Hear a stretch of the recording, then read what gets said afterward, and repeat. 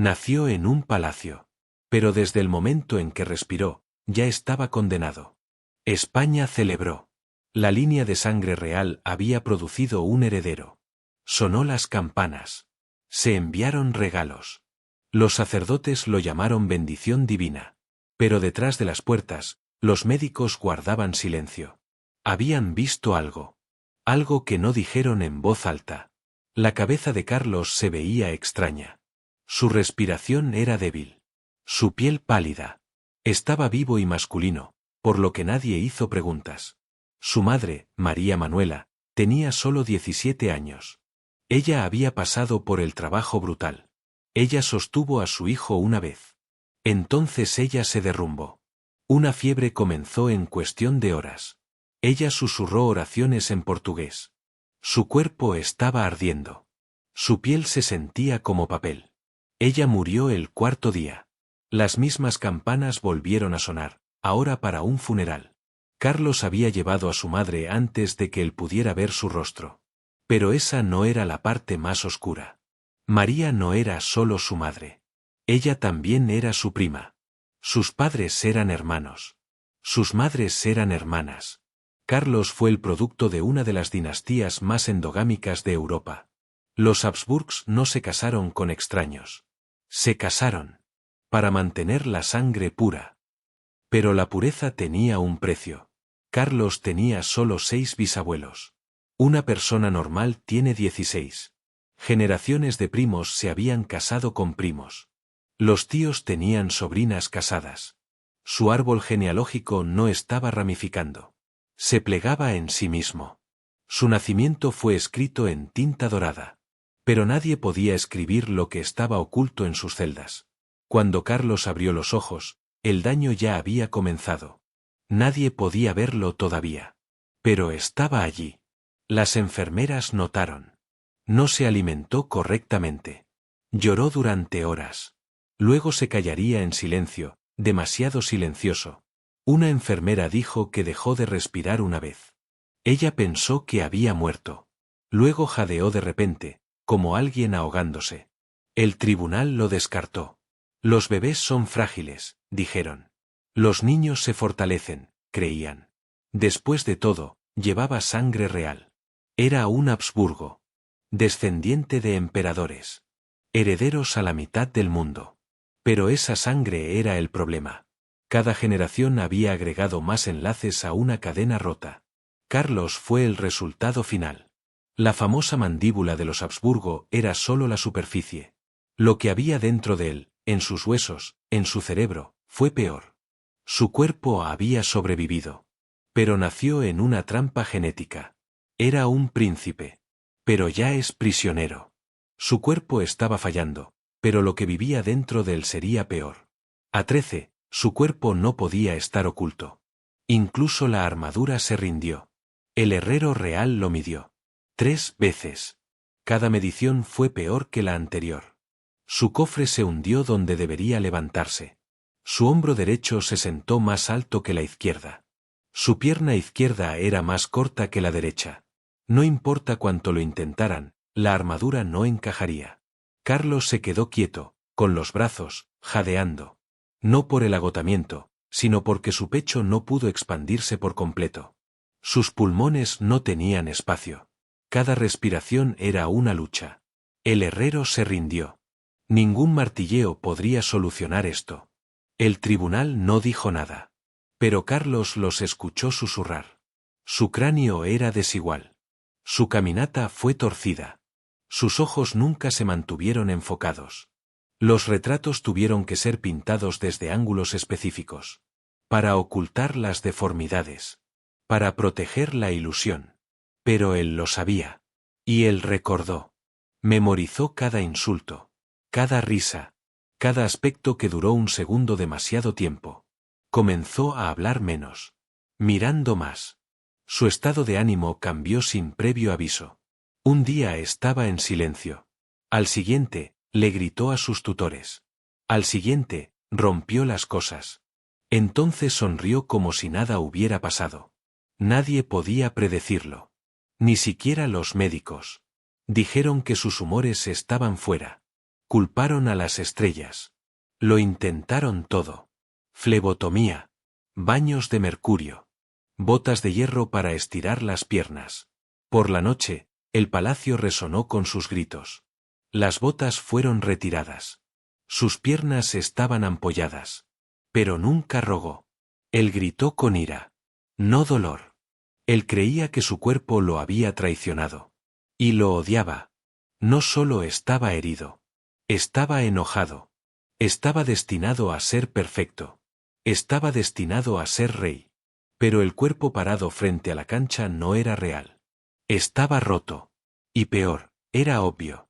Intentaron esconderlo. Vestirlo bien. Posarlo con cuidado. Manténlo sentado. Pero la verdad no podría estar cubierta. Carlos no era el heredero que esperaban. No era fuerte. No era elegante.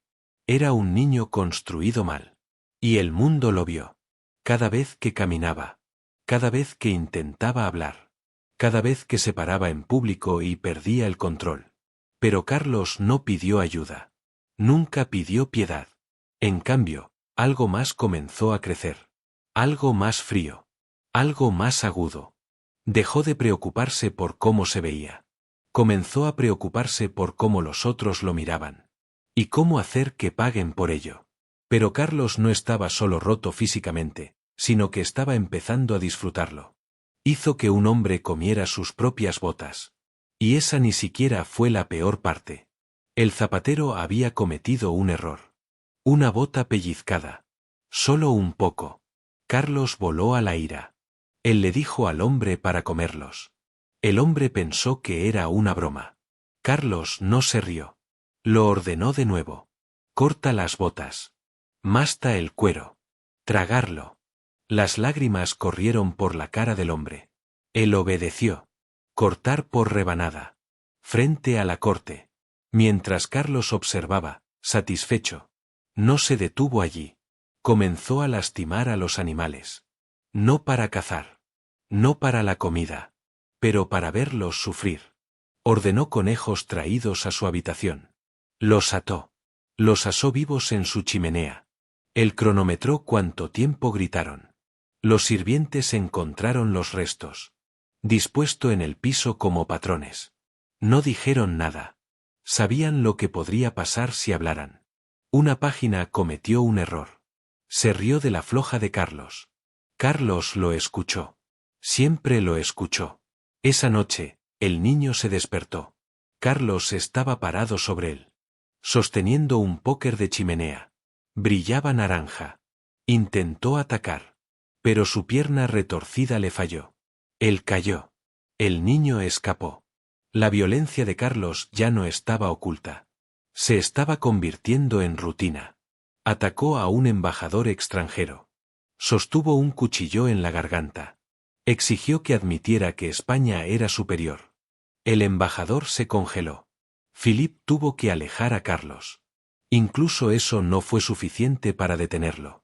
Carlos se volvió más seguro. Más violento. El personal desarrolló un sistema de advertencia. Cuando escucharon su cojera arrastrando por el pasillo, desaparecieron. Las criadas huyeron de sus deberes. Niños de cocina escondido. Incluso los guardias lo evitaron.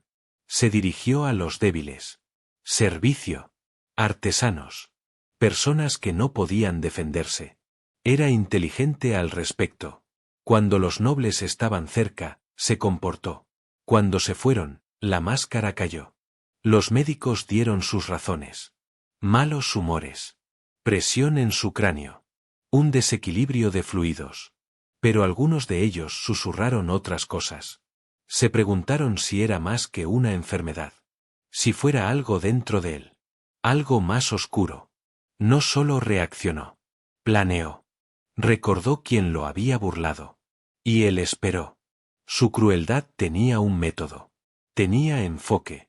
Tenía un propósito. Nunca se disculpó. Nunca se rompió. Sabía lo que estaba haciendo. Y le gustó. El personal creía que estaba maldito. Algunos dijeron que su madre muerta lo perseguía. Otros creyeron que su cuerpo llevaba el castigo de los pecados de sus antepasados. Pero a Carlos no le importaba. No temía a los espíritus. No temía nada. Lo que creció dentro de él no fue solo dolor. Era control. Usó el miedo como poder. Dejó de pedir que lo traten como un príncipe. Se aseguró de que todos supieran que era peligroso. Ya no podían vestirlo. Carlos ya no estaba enfermo. Se había convertido en algo más. Luego vino la peor traición. Su padre robó a la única persona que amaba. Ella estaba destinada a ser su esposa. Su padre se casó con ella en su lugar. Elizabeth de Valois fue prometido a Carlos. Era parte de un acuerdo de paz. España y Francia necesitaban una alianza. El plan era claro. Carlos se casaría con ella. Él tenía su retrato. Lo miró durante horas. Él memorizó su rostro.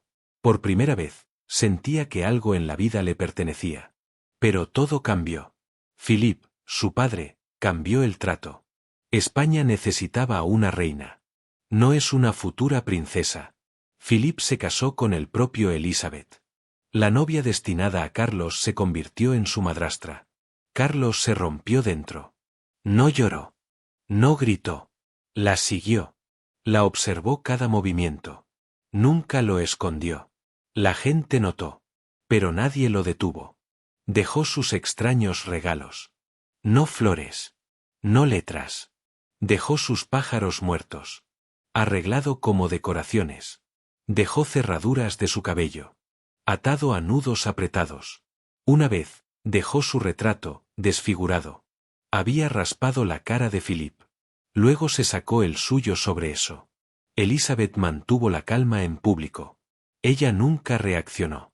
Ella nunca lo informó. Pero sus damas se dieron cuenta. Ella cerró sus puertas por la noche.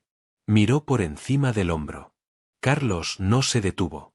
Él creía que ella era suya. Él creía que ella todavía le pertenecía. No le importaba el matrimonio. Se preocupaba por la venganza. Él vio su amabilidad como debilidad. Él vio su distancia como traición. Ella lo llamó querido primo. Ella sonrió cortésmente. Pero lo hizo más enojado. No quería amabilidad. Quería control. El tribunal lo vio suceder. Pero nadie se atrevió a intervenir. En las cenas, la miró. No solo con sus ojos. Con resentimiento. Se dio cuenta de todo. Como Philippe le tocó la mano. Como susurraron en francés, un idioma con el que Carlos luchó. Se sentó en silencio. Moliendo los dientes. No diciendo nada. Planeando todo. La obsesión creció. No podía ocultarlo más. Ella era hermosa. Estaba roto. Ella fue elegida. Fue reemplazado. Se aseguró de que ella lo sintiera. Cada día. Cada mirada. Los guardias fueron asignados en silencio. Se quedaron cerca de ella. Siempre cerca. Pero nada preparó a nadie para lo que vino después. Entonces Carlos susurró algo en su oído, y todo cambió. Quería la corona. Y estaba listo para matar por ello. Carlos dejó de fingir. No le importaba quién estaba mirando. Ya no. Durante una cena formal, recogió un cuchillo. Lo sostuvo en la garganta de un embajador. Exigió que admitiera que España era mayor que Portugal. El embajador se congeló. Philippe intervino. Solo entonces Carlos bajó la cuchilla. Pero algo había cambiado. Había cruzado una línea. Carlos habló abiertamente ahora. Habló de tomar el trono. Antes de que su padre muriera. Hizo preguntas peligrosas. ¿Qué pasa si un rey se volvió loco? ¿Podría un príncipe eliminarlo? Preguntó a los visitantes extranjeros lo que dijeron sus leyes. Dijo que España necesitaba sangre joven. No miedo. No debilidad. Comenzó a planificar. Le dijo a un sirviente de confianza que escaparía. A los Países Bajos. Él creía que la gente allí lo apoyaría. Estaba equivocado. Ese sirviente era un espía. Carlos se acostó con armas debajo de su cama. Dagas. Cuchillas. Cuerdas. No confiaba en nadie. Hizo que otros probaran su comida. Acusó a todos de envenenarlo. Le gritó a los sirvientes. Persiguió una por una escalera. Se cayó y golpeó su cabeza. Estaba inconsciente durante días. Cuando se despertó, fue peor. Habló con personas que no estaban allí. Respondió voces que nadie más escuchó. A veces gritaba. A veces lloró. A veces se quedó quieto durante horas. Mantuvo un cuaderno. Lo llamó su lista. En la lista había nombres. La gente que creía lo traicionaron. Gente que quería castigada. O asesinado. Lo escondió debajo de su cama. Junto a las armas. No le importaba quién lo encontró. Él creía que era intocable. Pero otros notaron. El tribunal susurró. Incluso los médicos dejaron de defenderlo. Uno dijo que su cerebro estaba rompiendo.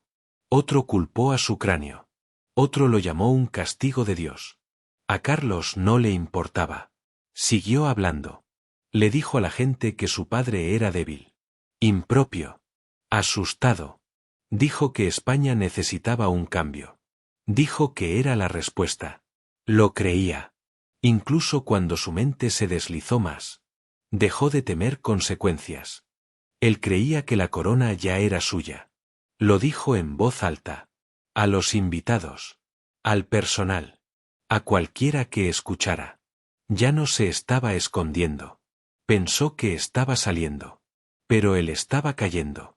Su padre lee una carta y sabe la verdad. El rey llevaba una armadura de batalla completa. No para la guerra, sino para arrestar a su hijo. Philip tomó su decisión. No envió guardias. Los condujo él mismo. Se puso una armadura real. No para la ceremonia. No para la tradición. Para el control. Pieza por pieza, se adaptó. Cada hebilla. Cada correa. Cada articulación. Caminó por el palacio. No apresurado. Sin miedo. Preparado. No hubo anuncio. Sin advertencia. Sin explicación. Llegó a las cámaras de Carlos. Abrió la puerta. Entró adentro. Carlos levantó la vista. No se movió. No dijo nada. Detrás de Philip, los guardias entraron. Rodearon la habitación. Carlos todavía no hablaba. No peleó. No corrió. Él entendió. Su padre no había venido como padre. Había venido como rey. Los guardias dieron un paso adelante. Se ataron las manos. No se resistió. No lloró. Él solo miró a su padre. Su expresión en blanco. Philip miró hacia atrás. No se intercambiaron palabras. Luego lo tomaron. Fuera de la habitación. Por los pasillos. Lejos de la vida que conocía. Nadie los detuvo. Nadie preguntó por qué. Estaba hecho. Rápido. Frío. Final. El príncipe ahora era prisionero. No sostenido por enemigos. Pero por su propio padre. Pero Carlos no morirá rápidamente. Primero se pudrirá. No lo mataron. Simplemente lo dejaron desperdiciarse, lentamente y solo. Carlos fue trasladado a una torre. La habitación parecía la cámara de un príncipe. Pero era una prisión. La puerta estaba cerrada desde el exterior. Las ventanas fueron selladas. No podía irse. Al principio, gritó. Luego rogó. Luego dejó de hablar. Se negó a comer adecuadamente. Se saltó las comidas. Algunos días, no comió nada. Él creía que su comida estaba envenenada. Exigió hielo. Tazón tras tazón. Vertó agua fría sobre su cabeza. Lo bebió hasta que no pudo respirar. Dijo que ayudó al fuego en su cerebro. Dejó de bañarse. Dijo que el agua estaba maldecida. Su cuerpo comenzó a romperse. Perdió peso. Su piel se hundió. Sus músculos se encogieron. Las llagas aparecieron en su espalda. Sus piernas dejaron de funcionar. Se arrastró por el piso, dejando sangre a él. Pero todavía tenía su orgullo. Nunca pidió ayuda. Nunca mostró debilidad. Habló con fantasmas. Los sirvientes lo escucharon hablar con los muertos. A los reyes viejos. A su madre. Cantó reuniones sin nadie. Discutió con las sombras. Mantuvo conversaciones completas con aire vacío. Se volvió más paranoico. Él creía que los guardias le estaban robando. Él creía que sus desechos se estaban utilizando para la magia. Su cuero cabelludo se infectó. Rechazó el tratamiento. El olor a podredumbre llenó los pasillos. Los sirvientes tenían miedo de entrar. Algunos salieron llorando. Pero Philippe lo sabía. Recibió informes. Cada día. Leyó sobre las heridas. La locura. La suciedad. Y no hizo nada. No se enviaron médicos.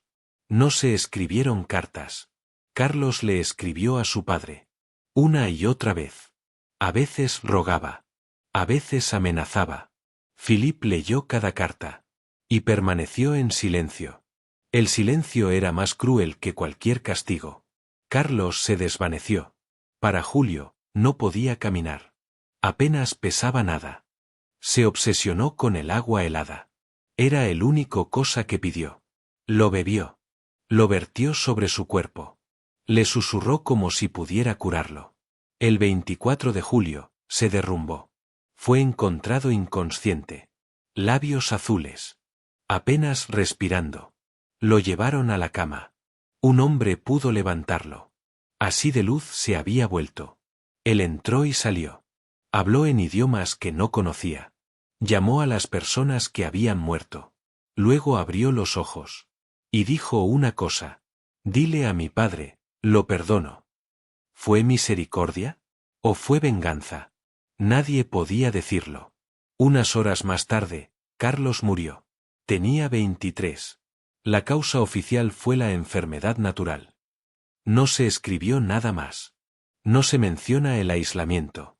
No se menciona la podredumbre. No se menciona lo que realmente sucedió. Pero España no había terminado de castigarlo, incluso la muerte no lo liberó. Su cuerpo murió.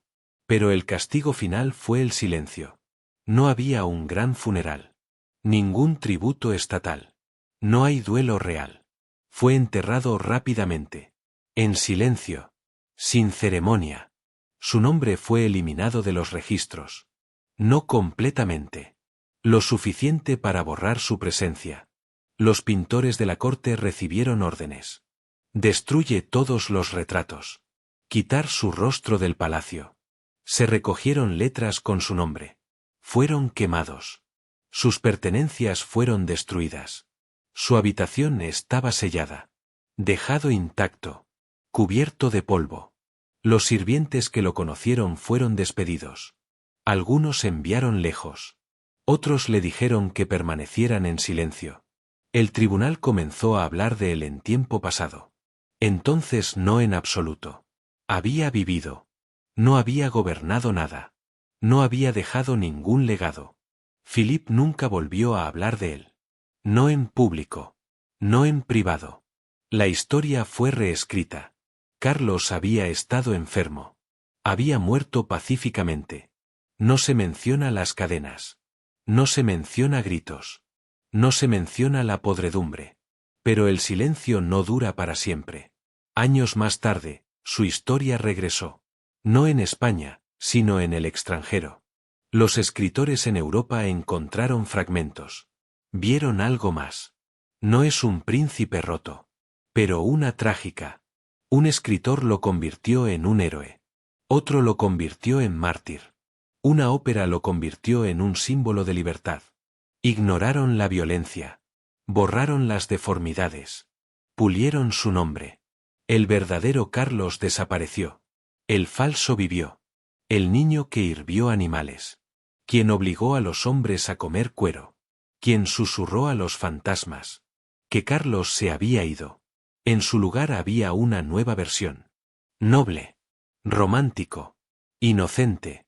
Philippe había tratado de borrar un monstruo. En cambio, creó un mito. La verdad estaba encerrada en silencio. Pero el silencio no duró. Fue borrado de la historia, pero no de memoria.